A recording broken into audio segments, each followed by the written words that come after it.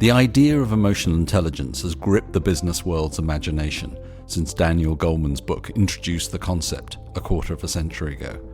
However, despite the case for emotional intelligence being generally well understood amongst leaders, the knowing-doing gap is wide. Why? One reason is that many available tools are simply too rational, probably because they pander to the skepticism and fear of genuinely embracing our feelings. But in going straight to a logic-based interpretation of emotions, we lose the entire point of emotional intelligence. That's kind of ironic. The case for developing emotional intelligence is proven that high EQ results in greater productivity and better leadership, dramatically more than having high IQ. So the way emotional intelligence is often taught encourages a sort of anti-emotional intelligence, kidding ourselves that because we understand the concept, we also embody the intelligence. These are in fact worlds apart. Another reason may be that the shadow side of our personality blocks us from seeing how our emotions play out in our reasoning and relationships. This is a deeper problem, not something a half-day workshop will solve. In this show, Scott moves into the guest seat and we talk to him about his new book where he tackles these challenges to find a new way of building our emotional intelligence.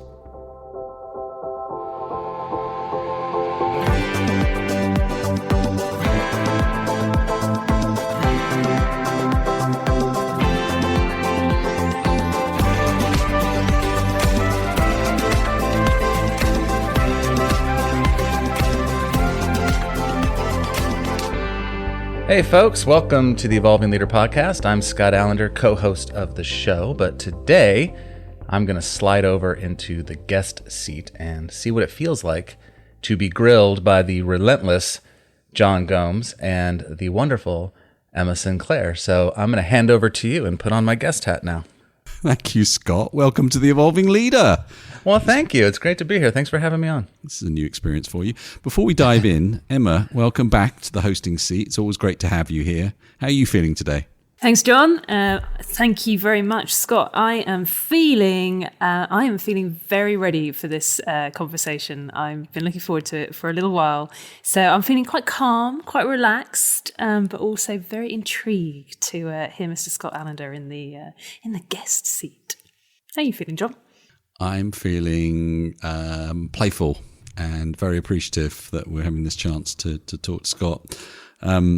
And I'm filled with anticipation to get to talk to our friend about his new book, The Enneagram of Emotional Intelligence, A Journey to Personal and Professional Success. In addition to being co-host of this podcast, Scott is a certified emotional intelligence coach and Enneagram teacher. In his new book, he brings together these two systems to evolve our understanding of what emotional intelligence really is and how to finally cultivate the awareness we all need for success and well-being. Scott, welcome to the show, to the guest seat on The Evolving Leader. How are you feeling today? I'm feeling mostly the exact opposite of Emma. I'm feeling a little nervous to be sat over here, not relaxed at all. It's an interesting transition to go from host to guest, but I'm excited to be able to talk to you about the book. So thanks for making space for this. Brilliant. Well, as I was preparing months, actually, for this show today, it's occurred to me that for all the times we sat together in front of these microphones on the show, we haven't really shared much with our audience about our own personal backgrounds. Well, I've done a bit. This feels like the perfect place to start. Can you share with our listeners a bit about your personal background and what led you to procuring your various certifications in these psychometrics and personality systems? Yeah. So I've been working in the L&D space for quite some time with an affinity, as you would know, that I care about leadership disproportionately, probably over most things, because I just deeply believe in its importance. And the approach that I've wanted to take, one of the approaches is to work with leaders to help them raise their awareness, because I've seen so many well-intentioned good leaders have unintentional, unfortunate consequences with some of their blind spots. And so as part of doing that, I set off to pursue various tools that I could put into my toolkit and, work with them. So I got a certification in Myers-Briggs and in Hogan and in the EQ 2.0 system. And then along the way, for about a decade now, I've been working with the Enneagram, and primarily just for myself. I've found, with all the benefits, with all these tools that I use, I found nothing to be as personally transformative as the Enneagram. So more recently, I've been trying to bring Enneagram work into organizational context. It's a little tougher to do with that system than Myers-Briggs. You can teach a Myers-Briggs session in 3 hours and get pretty good mileage out of it. The Enneagram is far more complex, which is partly why I like it, because people are quite complex.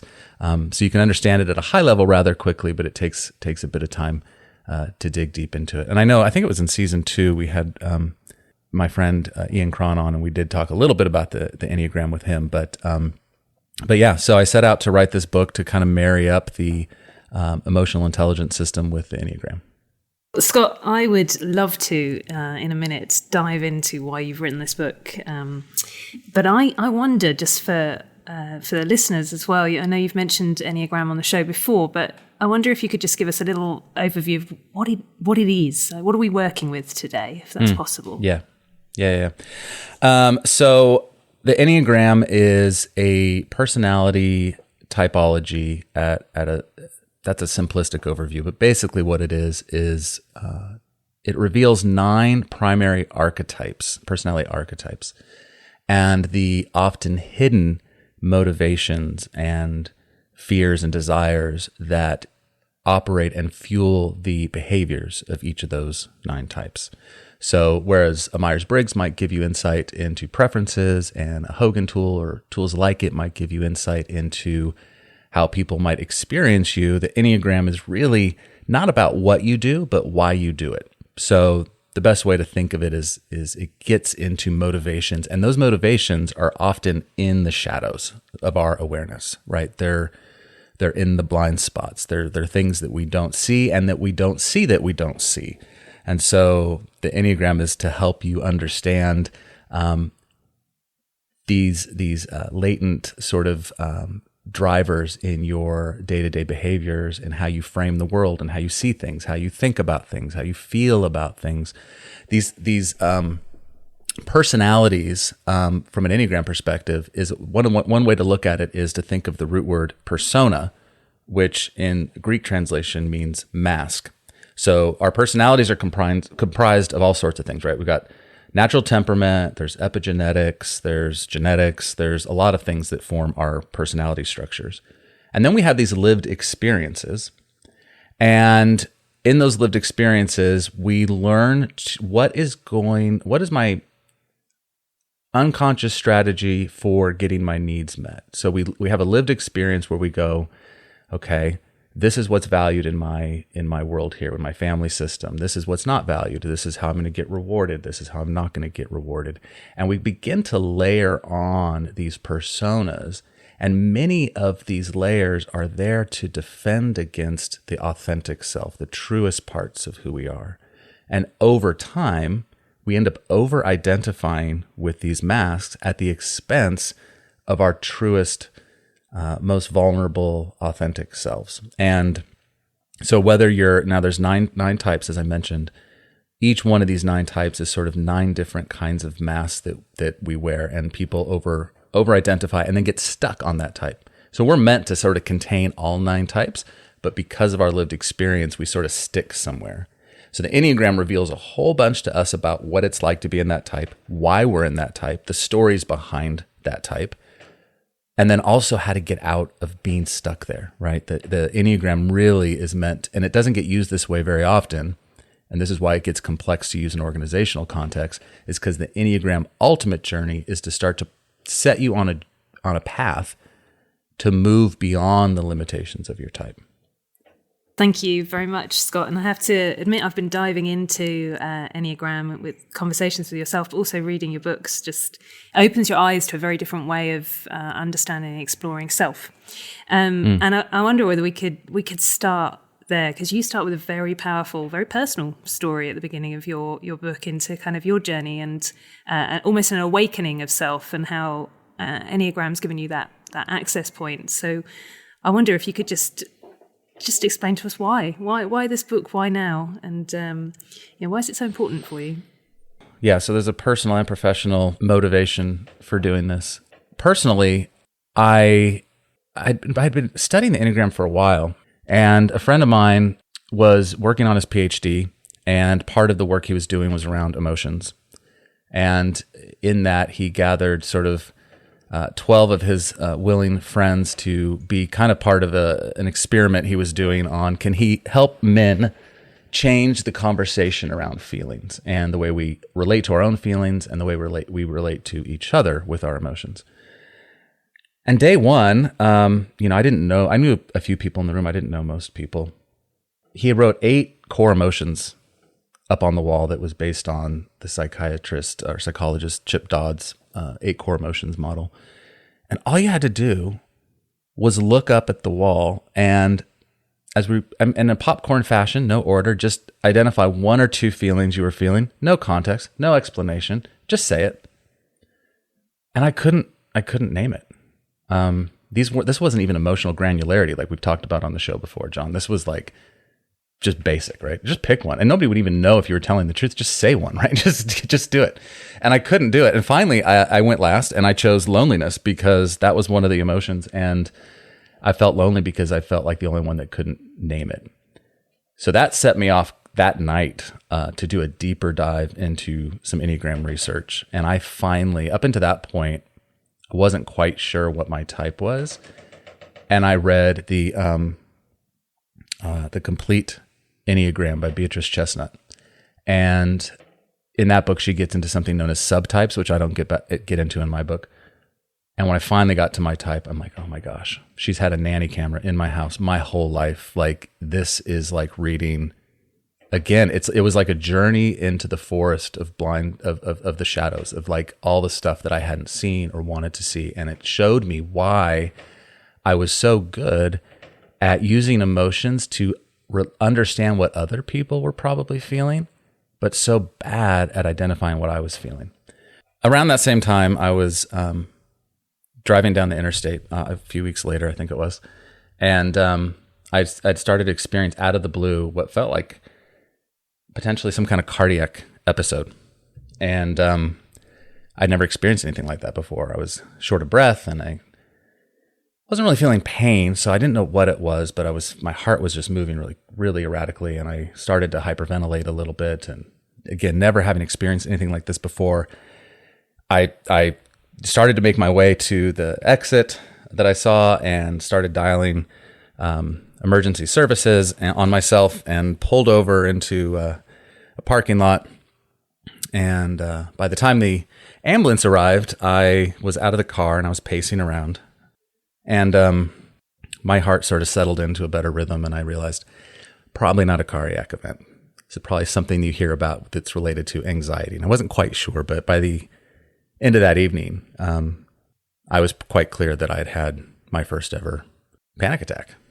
And in that moment, I knew I was scratching the surface of probably what was the same challenge as I explained in my previous example with the men's group. I had a bunch of feelings that were trapped inside that I wasn't connected to that needed to find their way out. And my body just sounded an alarm. And it was like, you need to wake up to your own emotional experience. So that set me on the path of pursuing this Enneagram certification, which includes a lot of personal work. You know, I got back in therapy and started working with a coach and started doing all sorts of stuff to try to get more connected to my own emotional experience. So that's the personal motivation for why, working with the Enneagram has been so important for me, because I'm so much more able now, not always, but so much more consistently able to connect with myself and find my emotional experience, which is why I love that we start this podcast every week with how are you feeling? That's such an important question in my life. So that's the personal reason, and tomorrow I'll probably have a vulnerability hangover for sharing all that with you. But the professional reason is for all that we know about the importance of emotional intelligence, right? There's so many studies happening about how emotional intelligence and emotional intelligence related activities are far more important than somebody's expertise, skills, experience, IQ. And yet collectively, I don't think we're getting very far with it, right? You've all read Tasha Urich's book, Insight. And in the study that they did, and they revealed that only, the cornerstone of emotional intelligence, self-awareness, that only like 13 to 15% of people are actually self-aware. And the more self-aware you think you are, the opposite is likely to be true. And so I'm thinking to myself, we've got all these measures. I'm certified in one of these tools. I work with people in this space, and we're not really making progress. And so for me, going back to my description of the Enneagram personalities as these sort of 9 different masks that we wear, I started thinking about, I think the issue is we know all the stuff about emotional intelligence. We know what it looks like. And so we start working with people to try to help them hone in on it. But people don't know they're wearing a mask of personality. So we end up basically trying to say, you need to adjust your mask. You need more blush on the mask. You need better eyeliner on the mask, right? You need a little more of this and a little less of this on the mask. And so people might make some little adjustments, but it's not really sustainable. When stress and pressure and things are, triggers happen, it doesn't last, right? And by the way, in these sort of you according to you evaluations, because people take an emotional intelligence assessment based on what they know of themselves or think they know of themselves, and they get the results back, and they're really, I never experienced anybody being surprised by any of the results. They already kind of know where their challenges are, but they don't have the toolkit or the ability to make lasting, sustainable change. So the idea is, let's take what we know is proven and studied and validated around emotional intelligence, and let's use the Enneagram to excavate and go deeper. Let's get inside of what's really happening. So that was my twofold reason why I wanted to write this book. I don't think you need to have a vulnerability hangover tomorrow. I think okay, sort of like hopefully you'll feel better about yourself. I think the more we kind of come to terms with these things, the more we can grow. There are lots of definitions out there of emotional intelligence and interpretations of it, because it has become quite a big idea that's grown and grown and grown. How do you define it? Yeah, so the sort of at a high level, people often talk about the Daniel Goleman model in his original book, which is the quadrants of self-awareness, self-management, awareness of others, and relationship management. And when you zoom in a little closer, you see things like self-regulation and motivation and empathy and social skills, all of which are true and useful. In the system that I work with, the EQI 2.0, it looks at 5 composite scales, which are self-perception, self-expression, interpersonal relationships, decision-making, and stress management. So that's the framework I used in the book to explore all the 9 types and how they show up to these traits.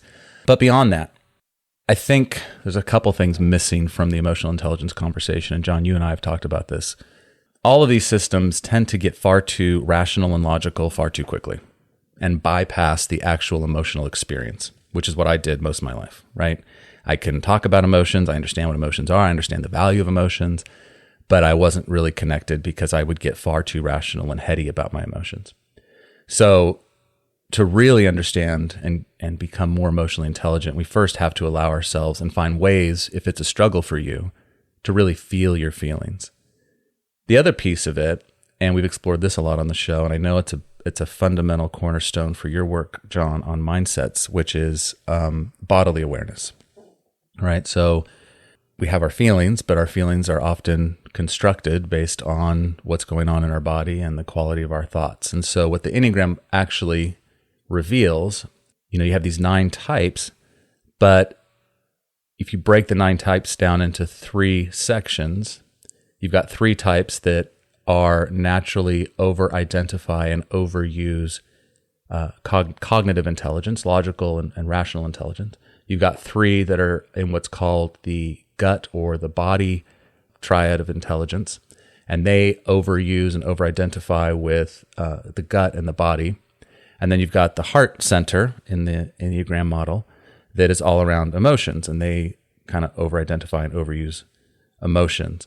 And what I look at in the book is we need to bring all three of these back into balance, because we have these natural proclivities to use one of those dominant intelligences, but it's only when we can bring the body and the head and the heart back working together that we really can cultivate emotional intelligence.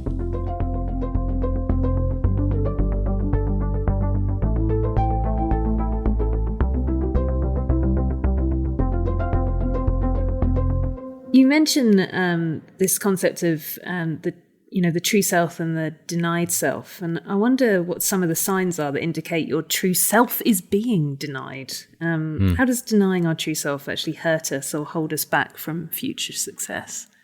Yeah, good question. So I talked about that there's 9 core motivations for each type, and when we're in what's called quote unquote personality, or our egos, or as I said, when we're fully, embracing the mask, the Enneagram system reveals to us that we've got these associated emotional vices with our personality type. So, and they're also called the passion of the type. And it's not passion like, passionate about going golfing or passionate about eating donuts. John, I'm passionate about eating donuts. It's really like, I think of it like a crime of passion. It's the dominant emotional experience that takes over and informs all of our other emotional experiences. So it starts to reveal to us that much of our emotional experiences are actually conditioned in us based on these sort of personality strategies that we have. And what they're masking is, as I mentioned earlier, the more authentic part of ourselves. So each Enneagram type also has what's called the virtue of the type, and the work of the Enneagram pushes us back towards reclaiming the virtue, or that sort of lost parts of ourselves, that sort of hidden part of ourselves I keep referencing. So I can quickly just kind of go around and try to illustrate without taking too much explanation. But for type 1 on the Enneagram, the passion for 1 is anger. They're known as the improver or the perfectionist of the Enneagram. And the story they carry is that that I'm not good enough, and the world's not good enough, and I have to set about perfecting it and improving myself. So they set this very high internal standard for what is considered good, and it's an impossible standard to reach. And so there's this constant battle of anger inside, which, by the way, for this type, they don't think that anger is an acceptable emotion. So they try to hide it. And so it seeps out of them as this sort of resentment. And what they're resenting is that they themselves and others aren't achieving this internalized, self-imposed high standard of what good is.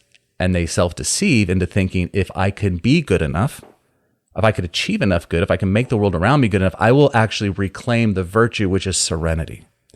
And that's where the passion of the type is deceiving everybody, because they will never get to serenity by trying to make everything perfect. They will only reclaim serenity when they let go of that false narrative that they're not good enough and that they have to make things perfect. And you can go through each type, right? So 2s, they've got the passion of pride, and the virtue is humility. And the pride is that they have this story that says, I'm afraid that I'm not liked or needed or wanted. And so I'm going to set about trying to please people and seduce other people and help other people enough that they will mirror back to me enough appreciation that I will then feel like needed and wanted. And I almost pridefully set about trying to do it, inserting myself into things that I wasn't asked to be in, and believing that I know the best way to help and to offer advice and all of those things. And if you don't thank me for it, then I'm going to experience this rejection and this anger. The humility comes when they realize not everything's mine to do. I am liked, I am needed, I am wanted, and I don't have to set about trying to please and seduce everybody.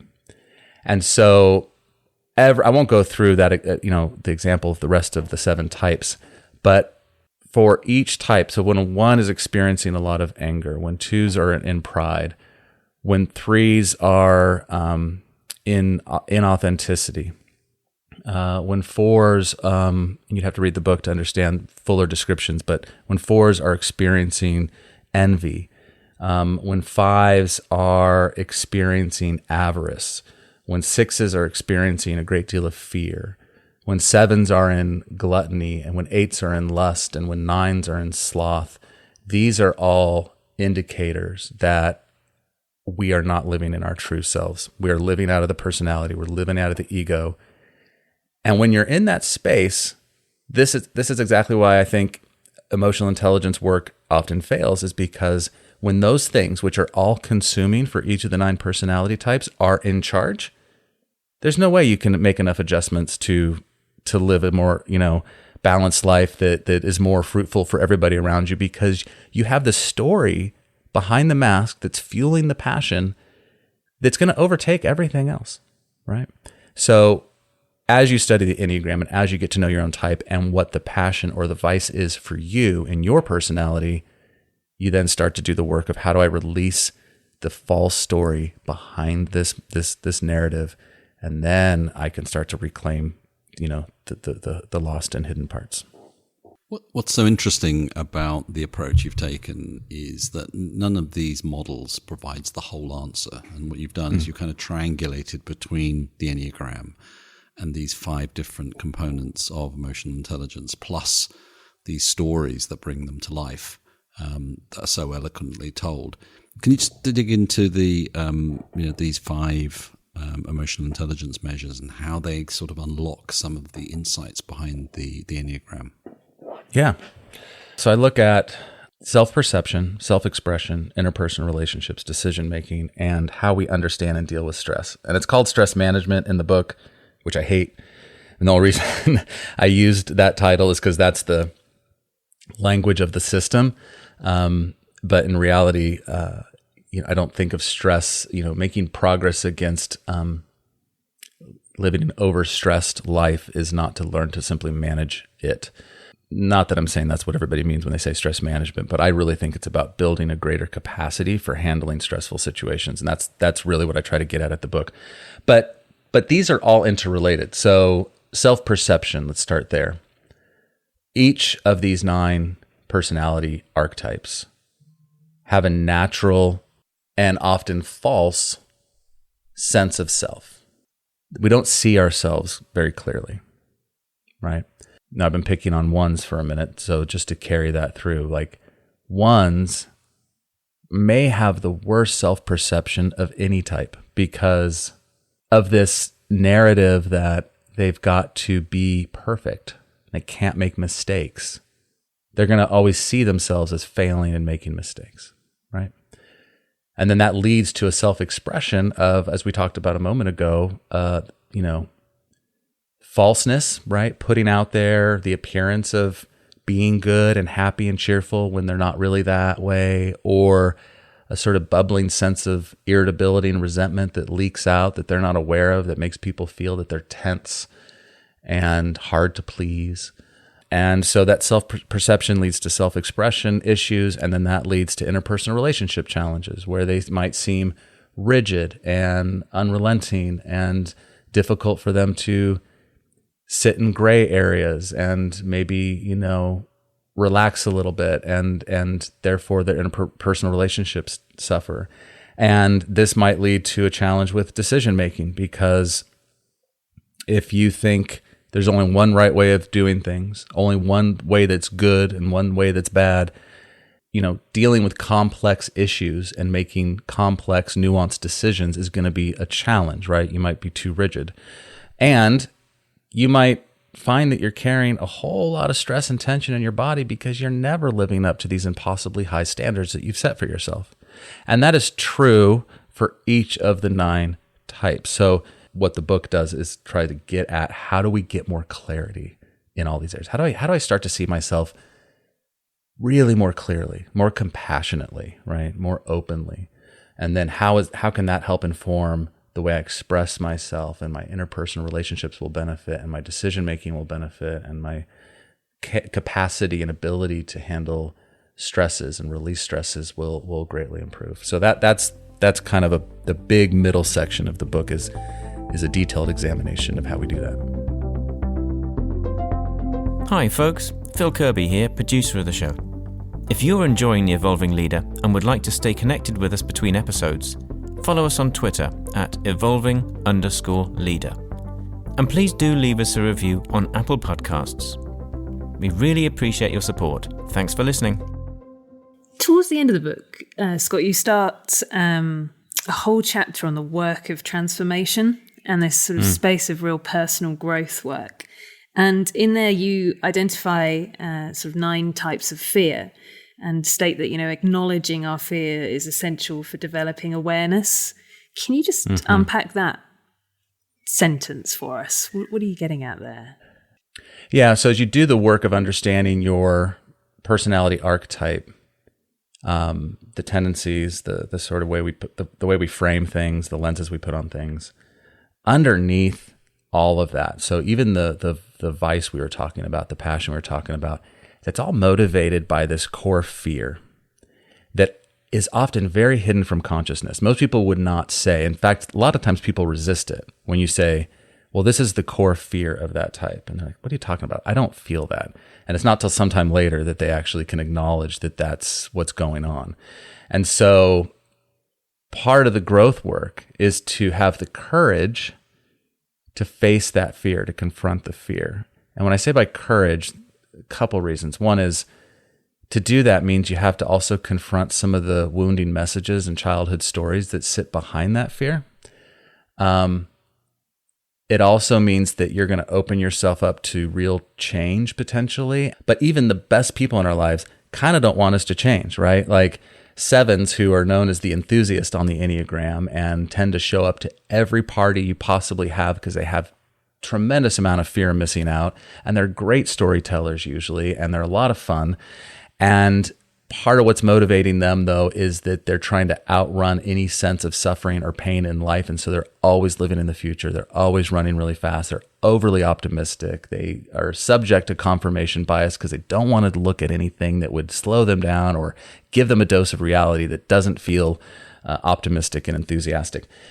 If they start doing growth work and slow down a little bit and get connected with what they're trying to outrun and let a little bit of pain into their lives, knowing that sometimes pain is actually serves a purpose, they might not show up to your party next time you invite them, and they may not be overly enthusiastic. And you're going to be like, what's happened to you? Like, come on, come to the party and bring, like, you're even you who might, be best friends with them are going to unintentionally, if you're not careful, hinder them from their real growth. So this is a critical part of using the Enneagram for growth and transformation, is that we have to eventually get to this place of confronting the fear and what was the message and story behind that fear in terms of why I adopted it and held on to it and allowed it to inform my lived experience.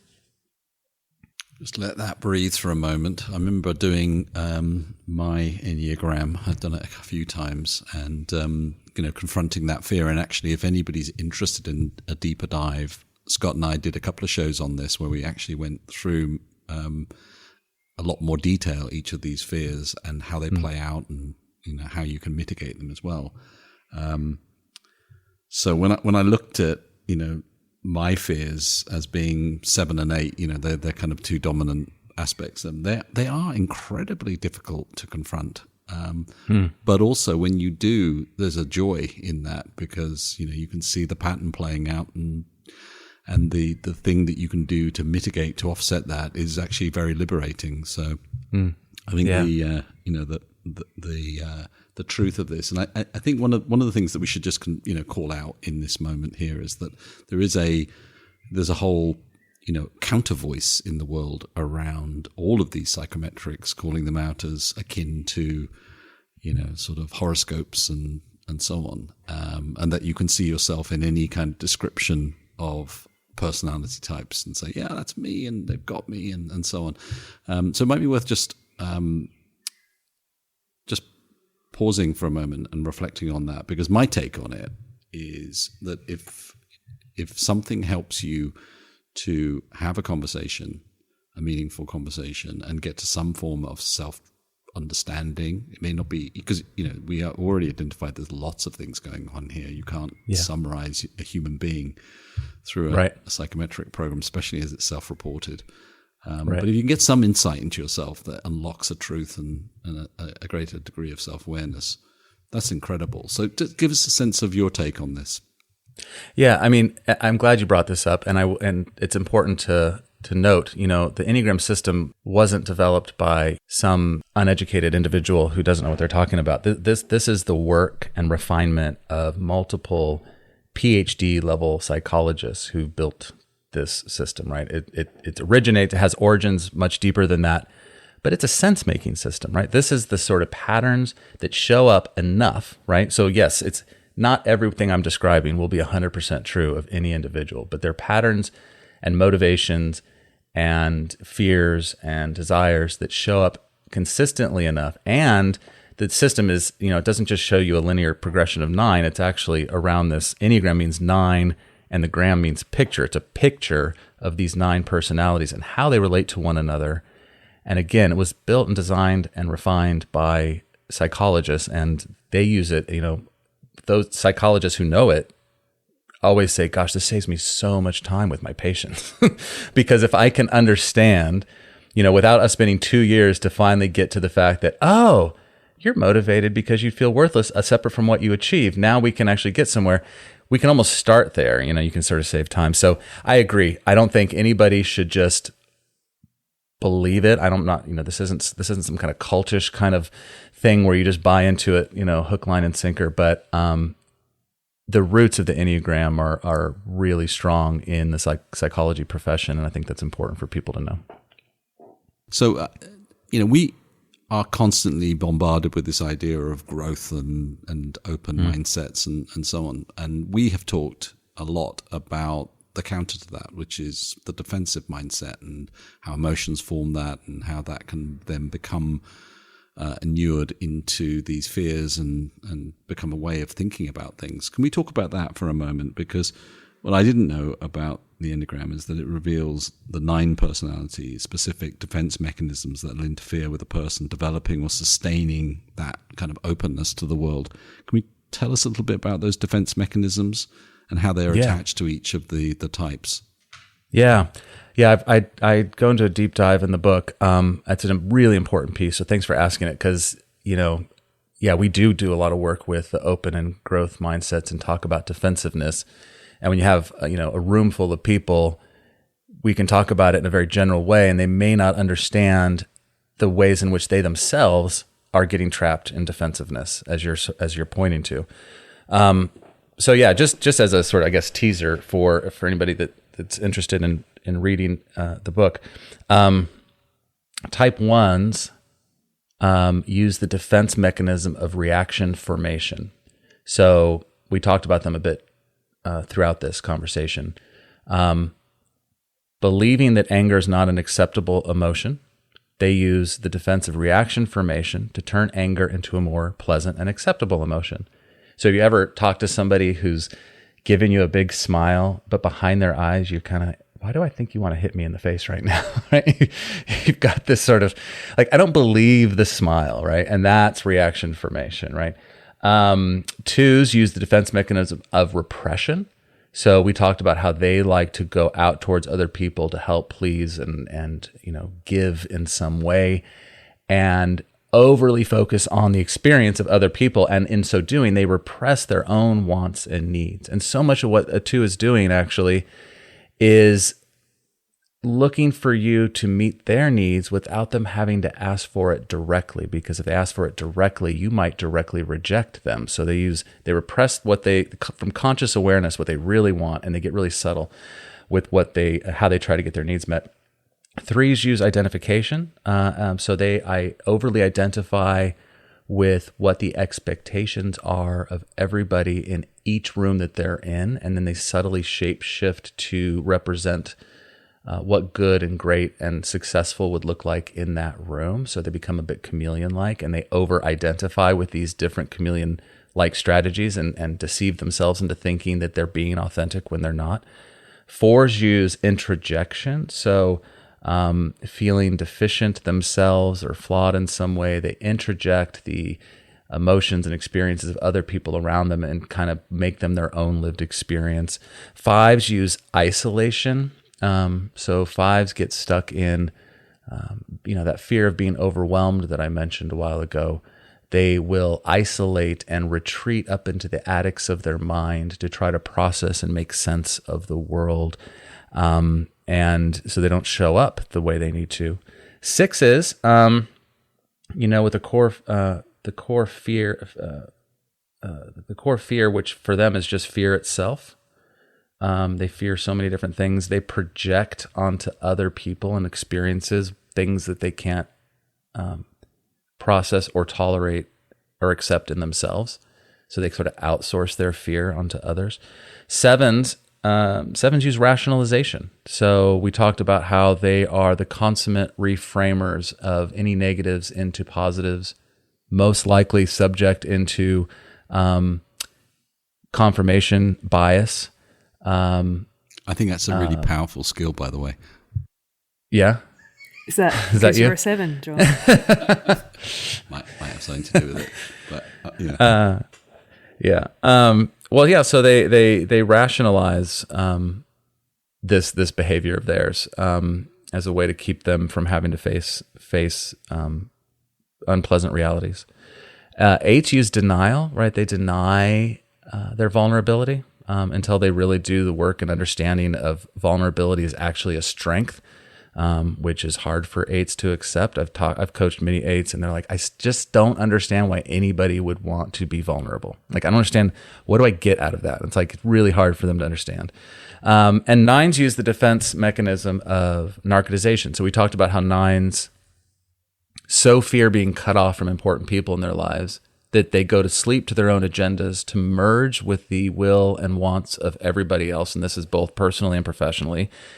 And as a strategy for keeping their own anger at bay and staying asleep to anything that would upset the sense of peace they covet, they narcotize, which means, they are more likely to,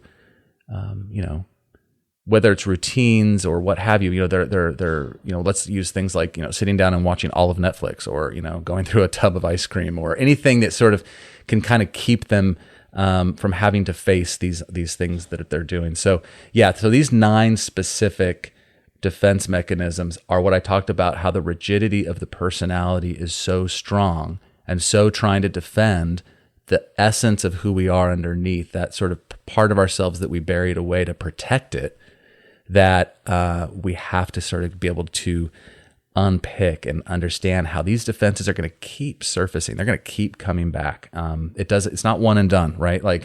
But being mindful of that, you can start to see when you're closing off and you're not opening yourself up to change. Well, I mean, that's fascinating in the sense of, more and more organizations completely from top to bottom are having to adapt in faster and faster cycles, and all the defensive reactions that you're talking about there are the things that we see every day in terms of how people avoid change or deny it or suppress the things they need to do to respond to it. And so I'm just wondering, in your work, whether you found a way of, the analysis helps you to get to one level. How do you get people to accept that? I mean, you talked about vulnerability being difficult for certain people to accept immediately. So are there quick ways to help people to respond to this and start on the journey of being more open to change? Quick ways? No. Most people start working with the Enneagram when I've talked to them is when they acknowledge that their strategies for life aren't working the way that they used to, right? As Carl Jung roughly said, I'll paraphrase, what works for us in the morning of life will work against you in the afternoon. And when some of these strategies are failing and you start going, gosh, I'm looking in the rearview mirror of my life and I'm seeing these little fender benders and issues, then something's got to shift. For me, I shared my story of what had to shift. I mean, that was a big alarm. Some people won't go through something that significant. And when you recognize that your strategy might not be working, at least not as completely as it did, just open yourself up to self-discovery. Just start the journey of finding out more about this thing that we call personality and all the ways that it has served you in life. You have it because it worked, and then, it doesn't always work, and it stopped working as effectively. And then I think along the way of self-discovery, through learning more about your type, any practices that start to help you reintegrate body, heart, and mind, I would say you could start right away, right? This is similar to some of the mindset work we've been talking about in your work, John.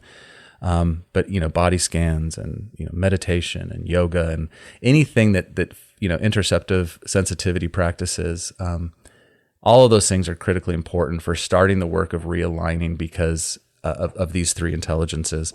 And then I think the last thing I would say is, once you start to learn more about your tendencies, try to create more space for slowing down enough to observe and recognize what's happening. So just stop and then kind of notice what's happening. When I say stop, I mean, especially when you feel like you're going to, react out of your conditioning, that sort of automation that happens when you say something to me and I just have this reaction, internal reaction, stopping long enough to then kind of notice, what's the story I'm telling myself right now?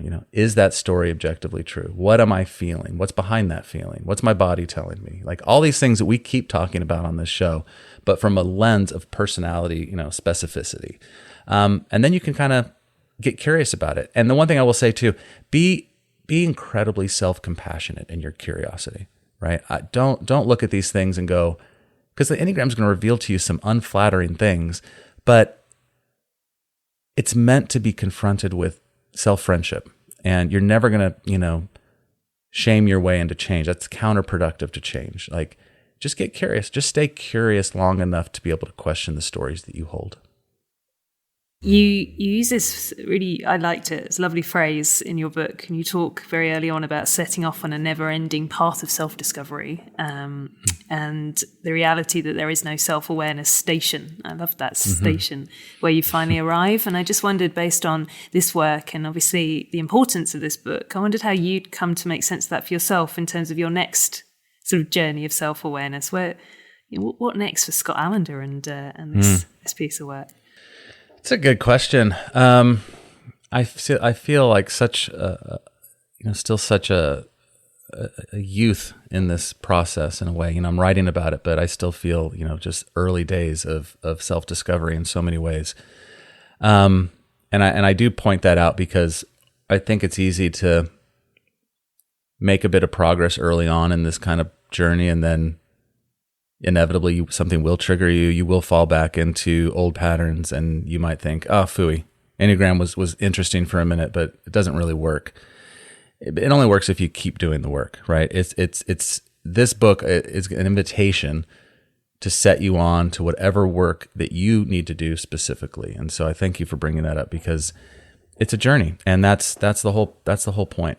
For me, I just want to keep sitting down with people and helping them on this path. Anytime, you sit in front of somebody that through the coaching conversation and the whole process, they have that any kind of light bulb moment that you get to see in their eyes. And then, later, when you follow up and realize that they're continuing the path, it's incredibly rewarding. So I hope that I continue to have these opportunities to contribute to the conversation in some positive way, hopefully. So Scott, I think we've kind of run out of time today. I think anybody listening to this will be inspired by both your authenticity and your vulnerability in your journey to understand this. And your book, The Enneagram of Emotional Intelligence, is very personal, but it's also incredibly practical, and it brings together a lot of stuff in a very easy, digestible. You don't need to you don't need to know anything about the Enneagram to quickly understand it, and it brings lots of different concepts and insights together. So thoroughly recommend it, not just because you are a friend, but because it is a brilliant book. And thank you. You deserve great success with it. And I just want to thank you for sharing why you wrote it and the kind of direction of travel it's brought you on. So thank you. Thank you both for being willing to do this, and I appreciate your kind words. Emma, I can't close us out today, so because I'm the guest. So do you wanna do the? So don't forget, folks, the world is evolving. Are you?